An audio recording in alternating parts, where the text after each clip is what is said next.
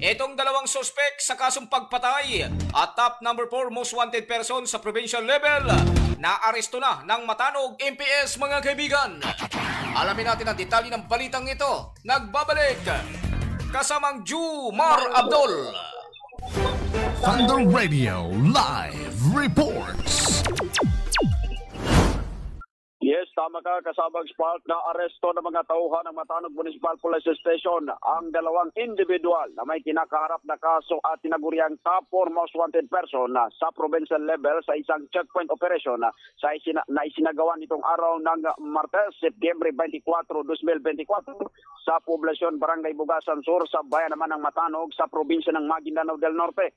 Ayon sa ulat, isinagawa ng mga tracker team matapos na mapatigil ito ang mga suspect habang nakasakay sa isang pulang puting Honda XRM125 na motorsiklo na may plakang 7723-KU sa isang checkpoint.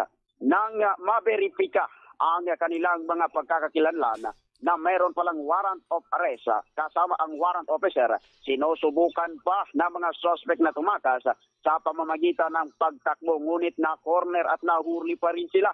Ang dalawa ay parehong may mga nakatayong warrant of arrest sa ilalim ng criminal case number 2023-14126 para sa paglabag sa 248 o kasong pagpatay na walang rekomendasyon ng piyansa na inilabas ng presiding judge ng RTC 12 Branch 27 noong Oktubre 10, 2023. Ang mga suspect ay nakalista rin bilang top 3 most wanted person sa municipal level at top 4 most wanted person sa provincial level.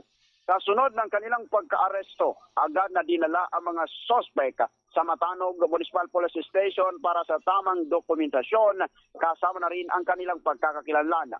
Ang pagka-aresto sa dalawang individual na ito ay isang malaking tagumpay para sa mga otoridad, lalo na sa paglaban sa krimen sa Maguindanao del Norte, at nagpapakita lamang ito na determinasyon ang mga opisyales ng pagpapatukpa ng batas na panagutin ang mga nagkakasala at panatilihing ligtas ang komunidad.